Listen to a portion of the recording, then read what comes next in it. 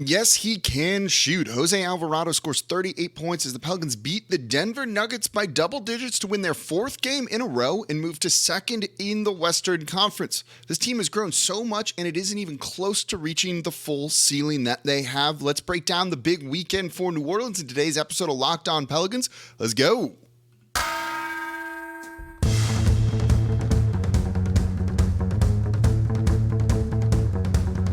You are Locked On Pelicans, your daily New Orleans Pelicans podcast, part of the Locked On Podcast Network, your team every day.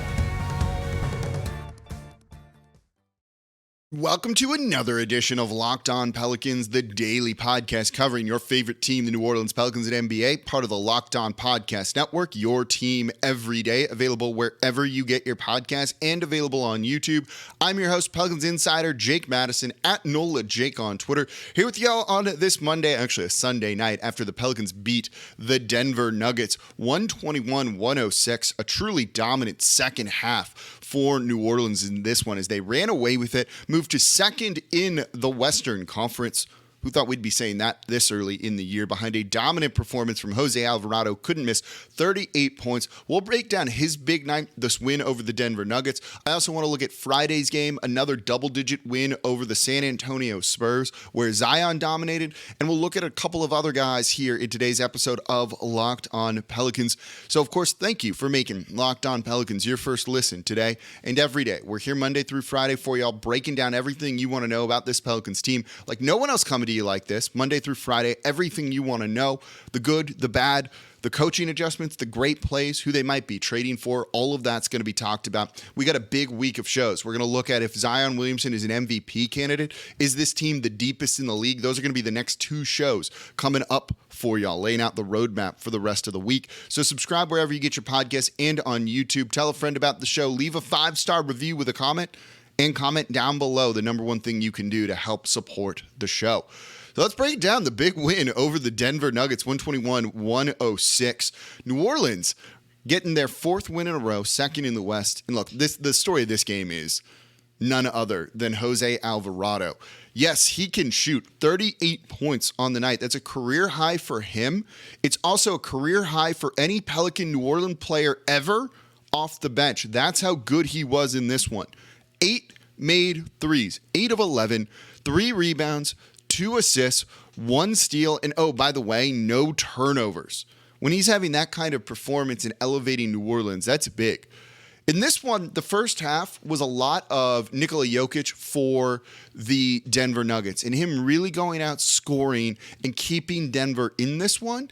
And then you started to see something happen. He would leave the game, and it would be the Pelicans bench that just blitzed the Nuggets, turned a deficit into a lead. And in the second half, that kept going with spark plug Jose Alvarado off the bench playing a huge role in this. He was just everywhere, scoring in every way.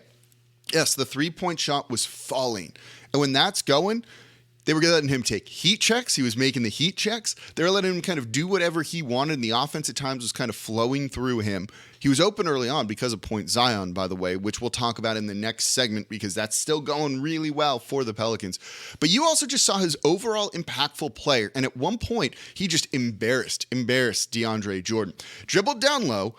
Jordan switched onto him to try and defend him. He dribbled in a literal circle around DeAndre Jordan, then went out to the three-point line, drew DeAndre Jordan out to the three-point line, then launched a three over him and made it. He was working off ball, on ball, whatever it was, he was scoring, and it was electric. This is a guy that everyone loves. This is right now arguably the most beloved player on this team. Anytime he did anything, this crowd in the Smoothie King Center got loud. It got rowdy in there. It got fun, and it was because of Jose Alvarado. He is at times the heart and soul of this Pelicans team. You see how much they enjoy playing with him. You see the bench going crazy whenever he's out there scoring, and he received a really nice curtain call in the Smoothie King Center. Standing ovation, propped up a little bit by Larry Nance Jr. there too. It was just an awesome moment, an awesome performance for a guy that's really important to what this team does. You can quantify it, right, in the sense of he scores 38 points, he gives you assists, you see all of that, you see the sneaky steals, but there's something more to it than that. This is just a dude who is an impactful player. I said that terribly. That's what he does. He just goes out and he wins you minutes. He makes plays, gives you exactly what you need. And it's going to create the question, a question I raised on the short that I did before this one, and we're going to do an episode on it later in the week. Is this Pelicans team the deepest in the league? They're on this 4-game winning streak right now without Brandon Ingram, without Herb Jones. That's 2 starters. And then you have a guy like Jose who just makes plays and can win you games almost single-handedly off the bench like that. You have Trey Murphy that's normally a guy off the bench who's shooting above 40% from 3. You have Larry Nance Jr. who is a perfect small ball 5. And then Dyson Daniels, who's an impactful player in his own right on the defensive side of the ball, even if the offense isn't falling. And you even have guys like Najee Marshall who can still make plays. Devontae Graham who has been shooting well. Just depth all around, and the way New Orleans uses it and can ride the hot hand a little bit, I think is a truly impressive thing. In the second half, they just tired the Denver Nuggets out. At one point, you saw Nikola Jokic really start to fade in this one. They were letting him do his damage early, trying to limit what others were doing. It wasn't quite working. But in the second half, when they were blitzing him, you saw him just get tired. And he really wasn't able to do some of the things that he wanted to do and make his presence felt.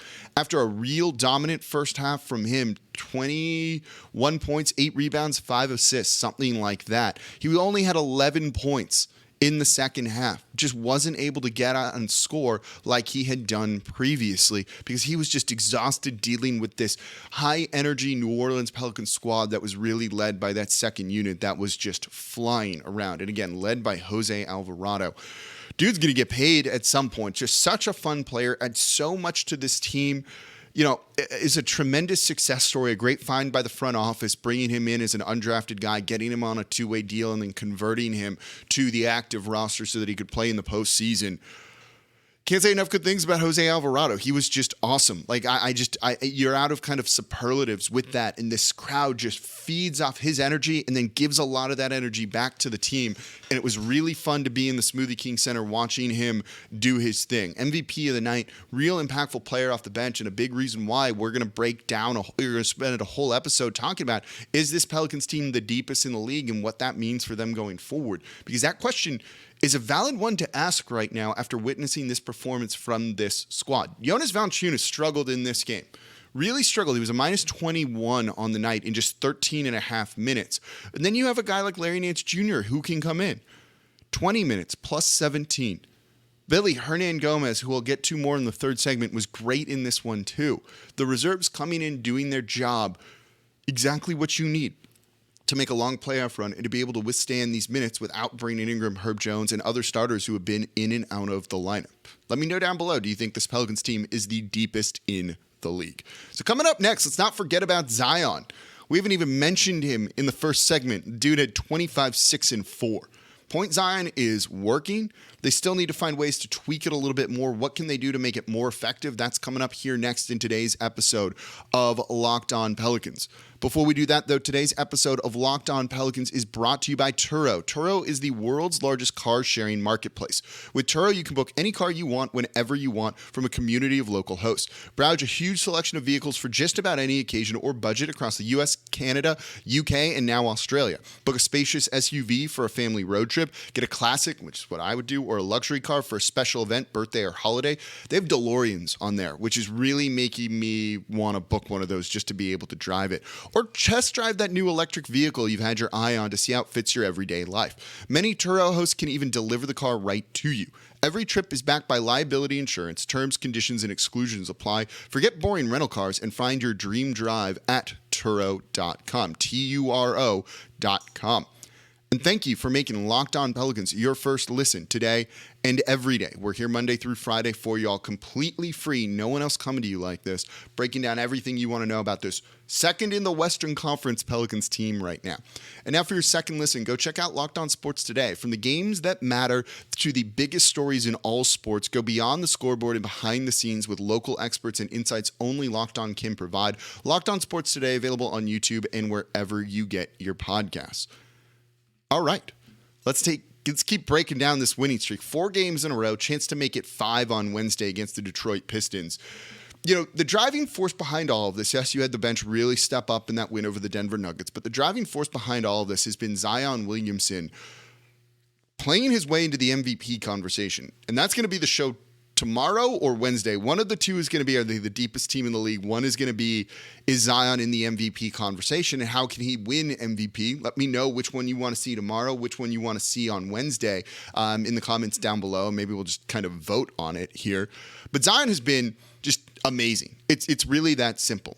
And if you watched him in the Spurs game, it was a masterful performance, and one where New Orleans at one point was struggling, and then Point Zion came in and just blew everything wide open. After scoring 26 points and 23 points, 49 points in the first half, New Orleans scored 32 and 36 and just ran away with this one, 117-99 over the Spurs on Friday. And Zion had it going.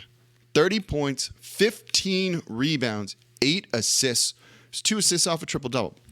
2 steals, just 3 turnovers. He was awesome. 12 of 13 from 3.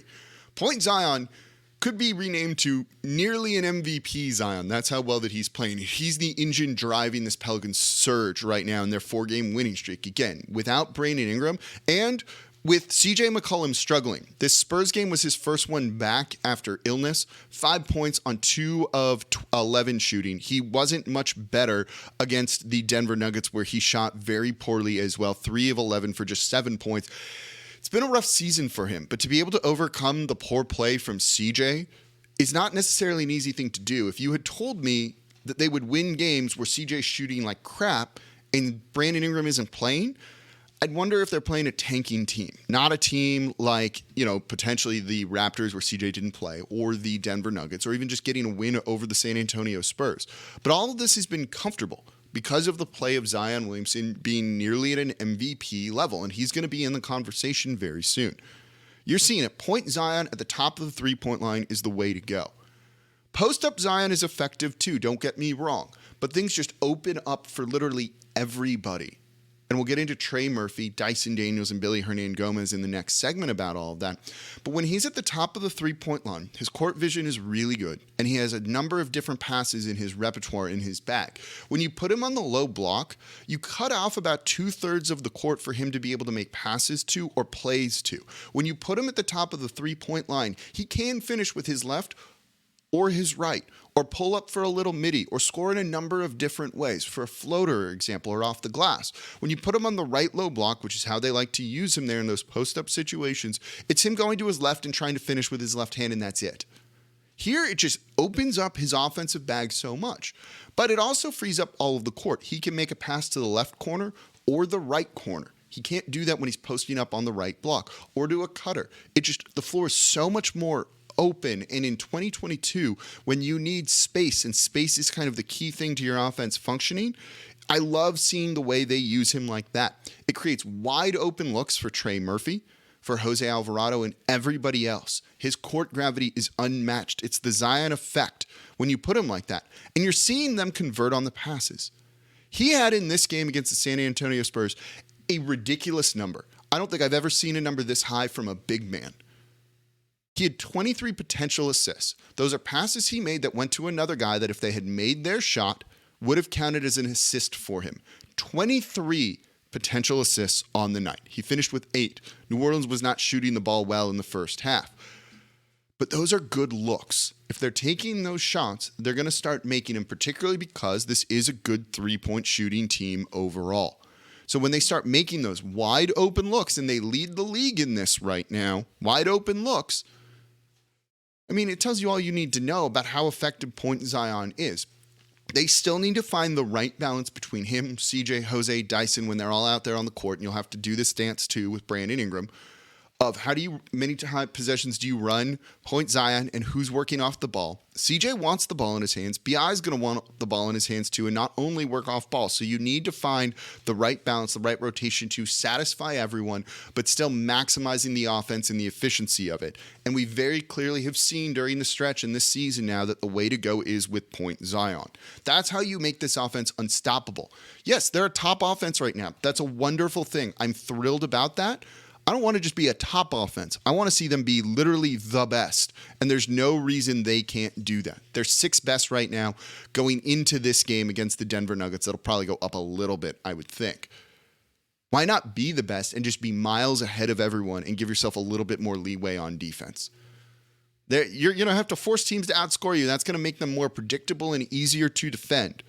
Let's go for number one, not just being a top 5, not just being a top 10, and they truly can do that. And that's maybe how this team would become a title contender. But it's really with Zion and how they're using him.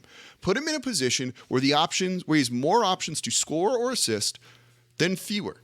And I think that's the way to go. Give him some breaks, post him up, but you saw in the fourth quarter when they were trying to put this game away against the Denver Nuggets, he touched the ball on every possession and good things came out of it every single time. It's really that simple. It's really that simple. You saw it against the Toronto Raptors too with their doubling of him, and they had no answer for anything that he was trying to do.